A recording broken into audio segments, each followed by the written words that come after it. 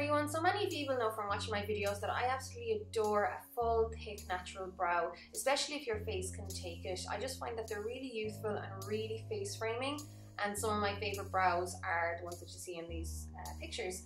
So what I've done, what I said yet again I would not do, and I've gone from my own really thick natural brows down to a really over plucked, way too thin for my face brow, which I tend to do out of stress, so it's something that I have to keep a check on. But I want to go back to my happy medium, which is roughly what you see in this picture. So, you know, it's kind of not too thin, not too thick, and I can go without filling it in if I need to.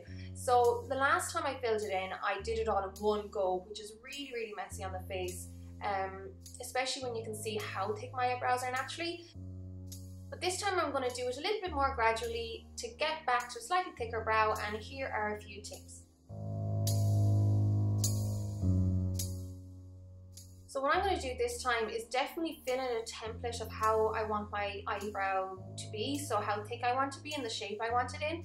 An easy way to do this is to use eyebrow stencils. So you can get these from loads of pharmacies or chemists or drugstores, or Anastasia brow kits and stuff like that. So for here, I'm going to do it by hand. So what I tend to do is use a dark eyebrow pencil. You can see I've already started thickening my eyebrows out. That's about 4 or 5 days of regrowth that I haven't plucked in that area. So I use the eyebrow pencil and I fill in roughly the thickness of how I want my eyebrows to be. So I just kind of do this by hand. If you're not comfortable doing it by hand, definitely use a template or a stencil, because it can be hard getting them totally symmetrical. So once you have one eyebrow done, go ahead and then fill in the other eyebrow, but keep checking back between the two of them to make sure that they're totally even, as you don't want one to be thicker than the other.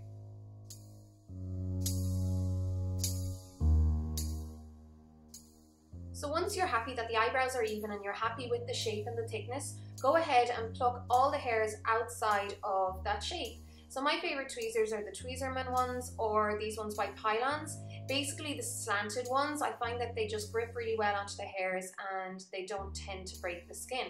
So keep plucking until all the stray hairs outside that shape are gone.